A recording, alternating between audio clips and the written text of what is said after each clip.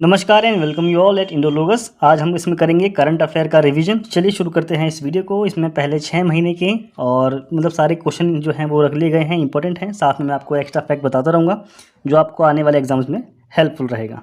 चलिए देखते हैं पहला क्वेश्चन क्या है।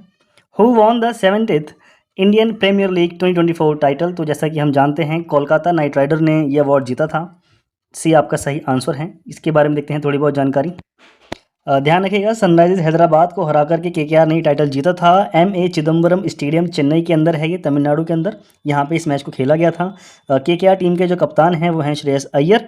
ओके, और इसमें जो इस टीम को मेंटर करने का काम किया था वो गौतम गंभीर ने किया था। प्लेयर ऑफ द मैच हैं इसमें मिचेल स्टार्क, केकेआर से ही थे वो। नेक्स्ट देखिए क्या है हमारे पास। 17 इंडियन प्रीमियर लीग के बारे में कुछ एक्स्ट्रा फैक्ट दिए गए हैं, जैसे कि विनर जो है उसको 20 करोड़ रुपए की राशि दी गई है।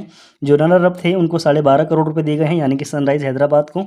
विराट कोहली ये आरसीबी से थे, इन्होंने सबसे ज़्यादा रन बनाए थे तो इनको 10 लाख रुपये का एक तरह से राशि दी गई है। और ऑरेंज कैप होल्डर भी यही थे। ठीक है, 15 मैचों में 741 रन विराट कोहली के नाम हैं। पर्पल कैप थी इन जो ये हर्षल पटेल को मिला था, ये पंजाब से थे। इनको भी 10 लाख रुपए का इनाम दिया गया है। इन्होंने सबसे ज़्यादा विकेट लिए हैं, 14 मैचों में 24 विकेट इनके नाम रही हैं।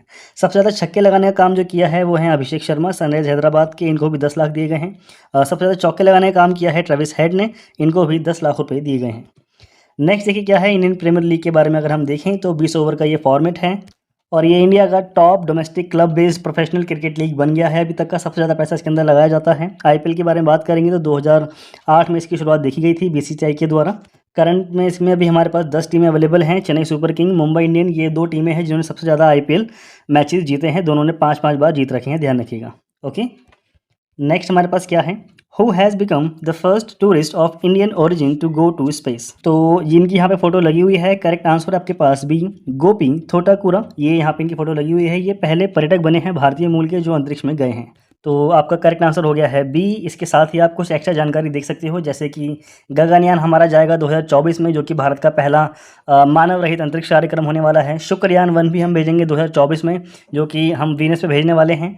मंगलयान 2 भेजने की तैयारी भी इसरो कर रहा है और इसका टाइम जो पीरियड है वो भी 2024 बताया गया है। निसार ये पृथ्वी को एक तरह से उसकी देखरेख, उसकी निगरानी करने के लिए नासा के साथ इसरो ने संयुक्त मिशन के तौर पर इसकी शुरुआत करने का निर्णय लिया है। ये भी 2024 की ही इनिशिएटिव है। ओके, और साथ में आप ध्यान रख सकते हो चंद्रयान 3 भेजा गया था 14 जुलाई 2023 को। क्लियर। नेक्स्ट क्वेश्चन हमारे पास क्या है। Which football club has won the English premier league 2024। Answer है आपके पास सी, मैनचेस्टर सिटी ने इस खिताब को जीता है। नेक्स्ट क्वेश्चन क्या है हमारे पास।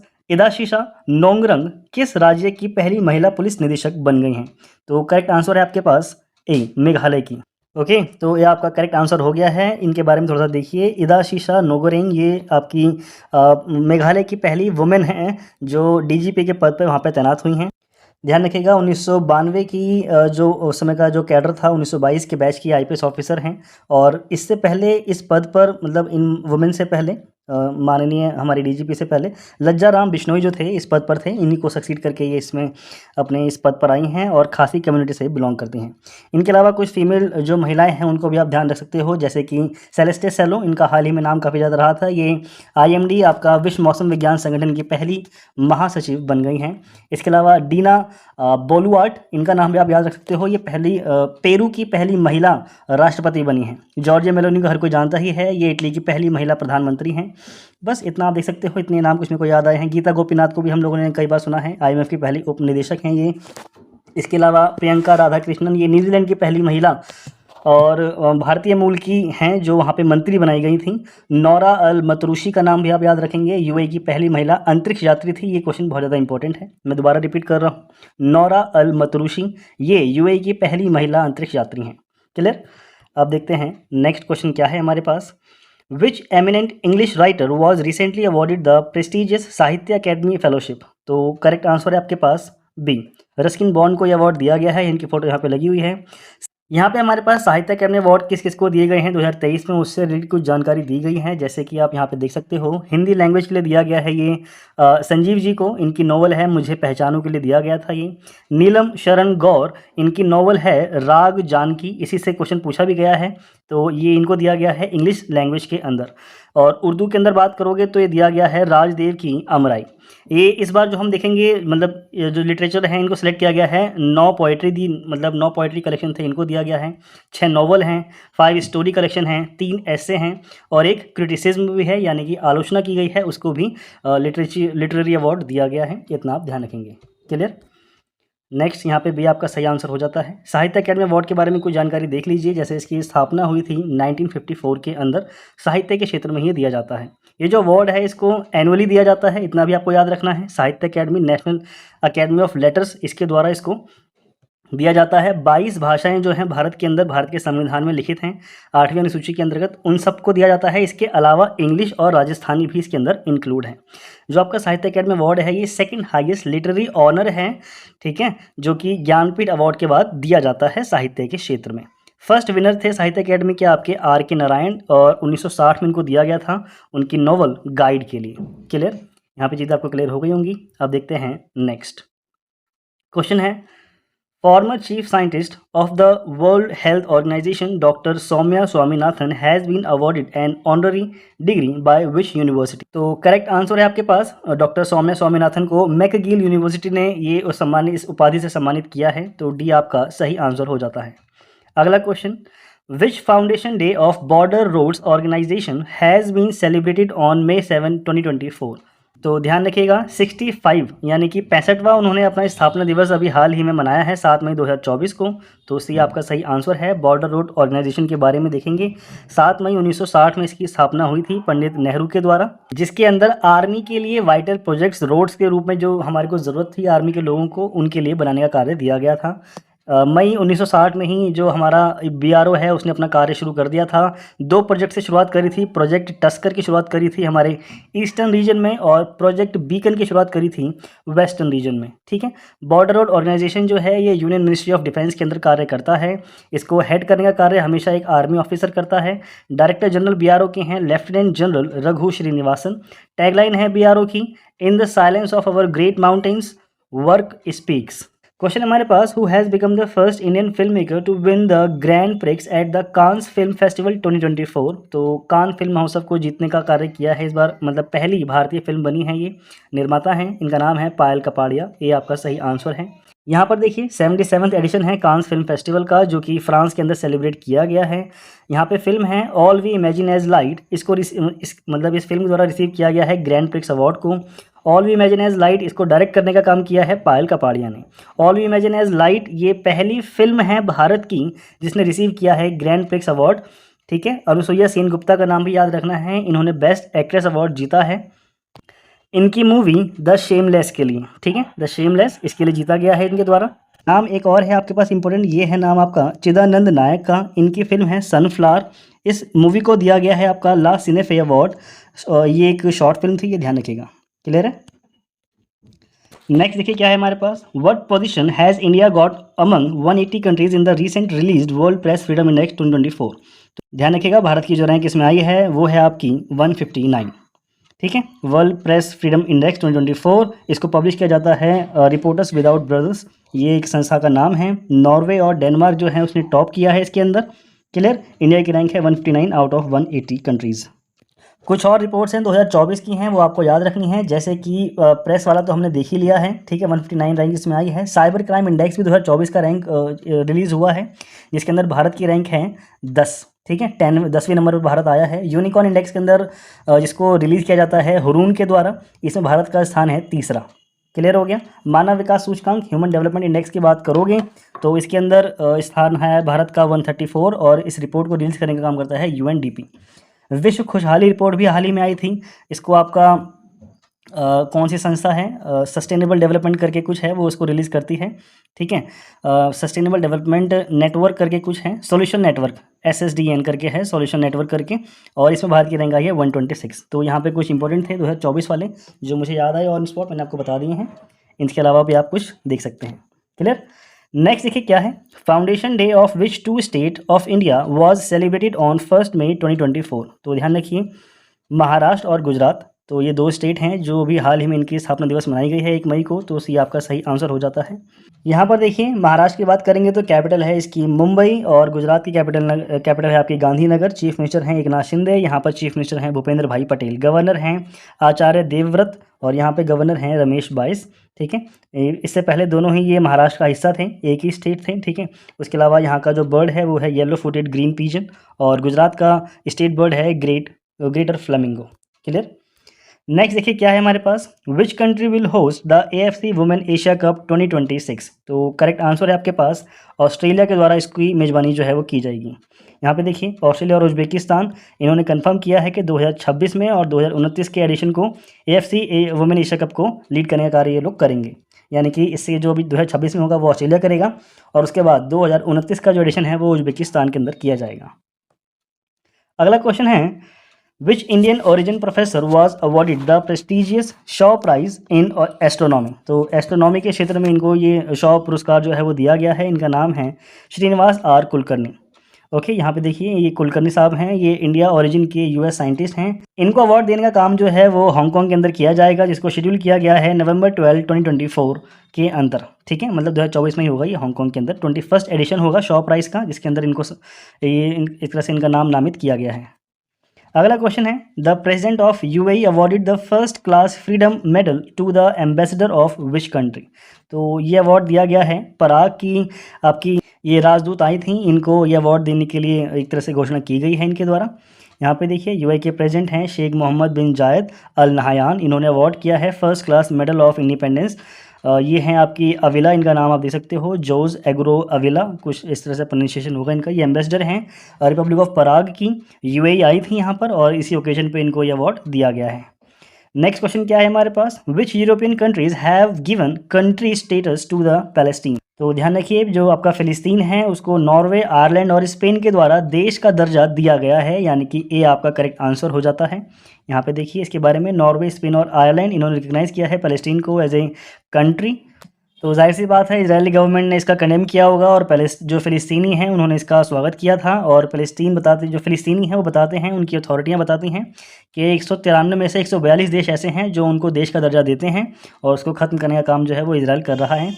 इसमें इंक्लूड हैं वेस्ट एशियन कंट्री हैं, अफ्रीकन कंट्री हैं, एशियन कंट्री हैं, जो कि उनको एज ए देश का दर्जा देते हैं। India has withdrawn it's military personnel from which country. तो जैसा कि आप जानते हो मालदीव से जितने हमारे अभी रिश्ते ख़राब हो गए हैं उसके हाल ही में न्यूज़ काफ़ी ज़्यादा रही थी, और वहाँ से सारे हमने हमारे मिलिट्री कर्मियों को, सैन्य कर्मियों को वापस बुला लिया है। तो मालदीव यानी कि ये आपका करेक्ट आंसर है। मालदीव ये बहुत सारे छोटे छोटे आइलैंड हैं उनसे बनकर के एक आइलैंड कंट्री है, जो कि नॉर्थ सेंट्रल इंडियन ओशन के अंदर अपने आप को इस्टेब्लिश करता है। ओके, और it is a part of south Asian region. Maldives ये कुल मिलाकर इसमें कुछ नहीं है, आपको ये यहाँ पे बहुत सारे कोरल रीफ देखने के लिए मिल जाते हैं। 8 डिग्री चैनल के द्वारा मालदीव जो है वो मिनिकॉय आइलैंड जो लक्षद्वीप का है उससे अलग करता है अपने आप को। 8 डिग्री से याद आया आपको 9 डिग्री भी याद रखना है, जो कि कवरती और मिनिकॉय के बीच में है। 10 डिग्री चैनल को आप याद रखोगे। 10 डिग्री आपका लिटिल अंडमान और कार निकोबार के मध्य स्थापित है। ग्रैंड चैनल भी है आपका, जो कि सुमात्रा और निकोबार के मध्य है। ठीक है, पाक स्टेट सबको पता ही होगा, तमिलनाडु और श्रीलंका के बीच में है। डोंकन पास आपका साउथ अंडमान और लघु अंडमान यानी कि आपका जो छोटा वाला अंडमान है, ठीक है, उसके मध्य आता है। बस इतना ही आपको याद रखना है, थोड़ा सा इससे हो जाएगा आपका, है ना। लघु अंडमान उसको बोलते हैं, मैंने छोटा वाला बोल दिया, तो इस चीज़ को आप थोड़ा सा समझ लें। Due to rising sea level Maldives जो है वो डेंजर में है, सबमर्ज होने का खतरा है उसके सामने। उसकी कैपिटल है माले, करेंसी है रुपया। प्रेसिडेंट हैं मोहम्मद मुइज़ू, इनका नाम हर कोई जानता ही होगा।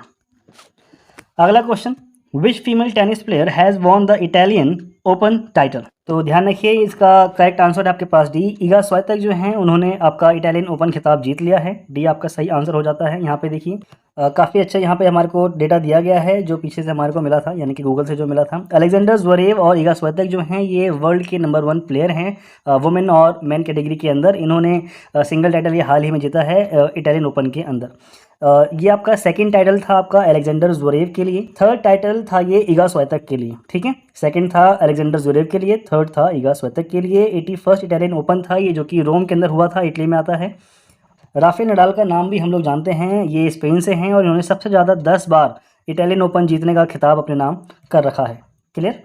नेक्स्ट क्वेश्चन देखिए क्या है, विच medal did Neeraj Chopra win in the federation cup.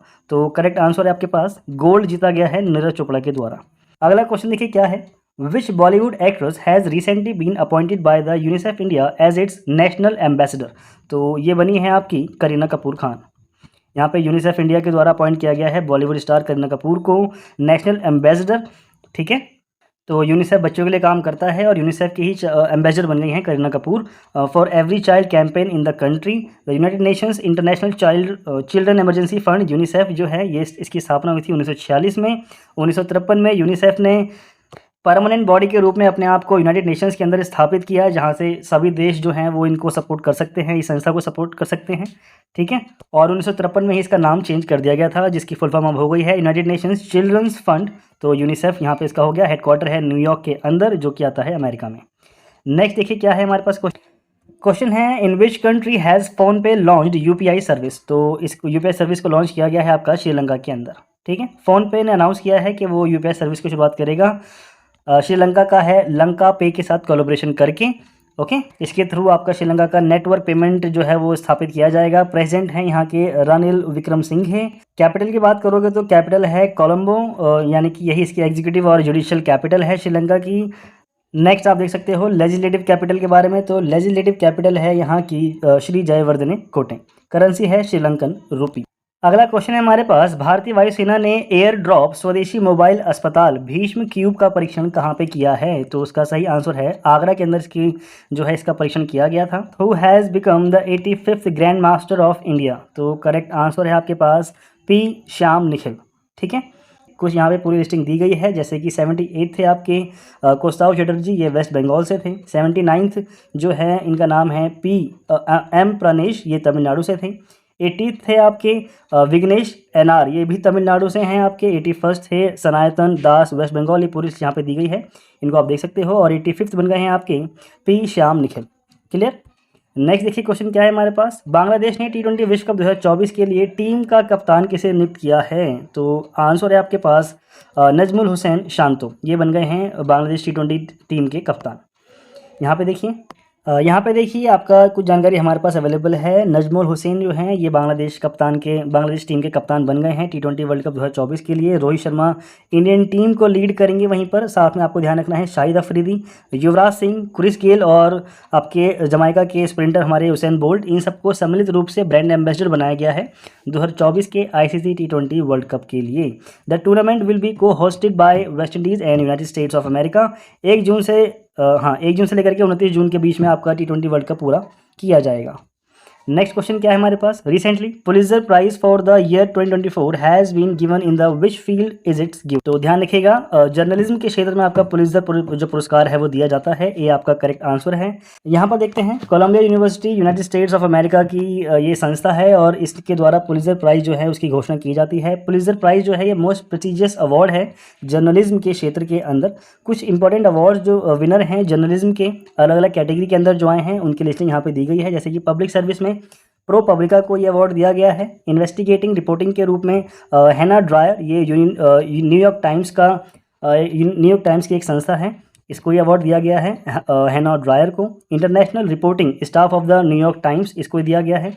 Editorial writing David E Hoffman of the Washington Post newspaper, इनको ये अवार्ड दिया गया है। Breaking news photography staff of Reuters news agency, तो ये सारी संस्थाएं हैं जिनको अवार्ड दिए जा रहे हैं। ऑडियो रिपोर्टिंग, फीचर फोटोग्राफी, ये सारे यहाँ पे संस्थाएं हैं जो दी गई हैं। यहाँ पे पुलित्जर प्राइज़ के बारे में कुछ जानकारी दी गई है, जैसे कि इसकी शुरुआत की बात करेंगे तो जोसेफ पुलित्जर के द्वारा इसकी शुरुआत हुई थी 1904 के अंदर। क्षेत्र वही है जर्नलिज्म, आर्ट और कल्चर के क्षेत्र में इंसेंटिव के रूप में इसको देने की शुरुआत की गई थी। इसमें आप ध्यान रखेंगे पुलित्जर जो बोर्ड है वही इसके विनर को घोषित करता है और पहला प्राइज़ 1917 में दिया गया था। अगला क्वेश्चन देखिए, which day has been declared by the United Nations General Assembly as World Football Day. तो ये मनाया जाता है आपका 25 मई को।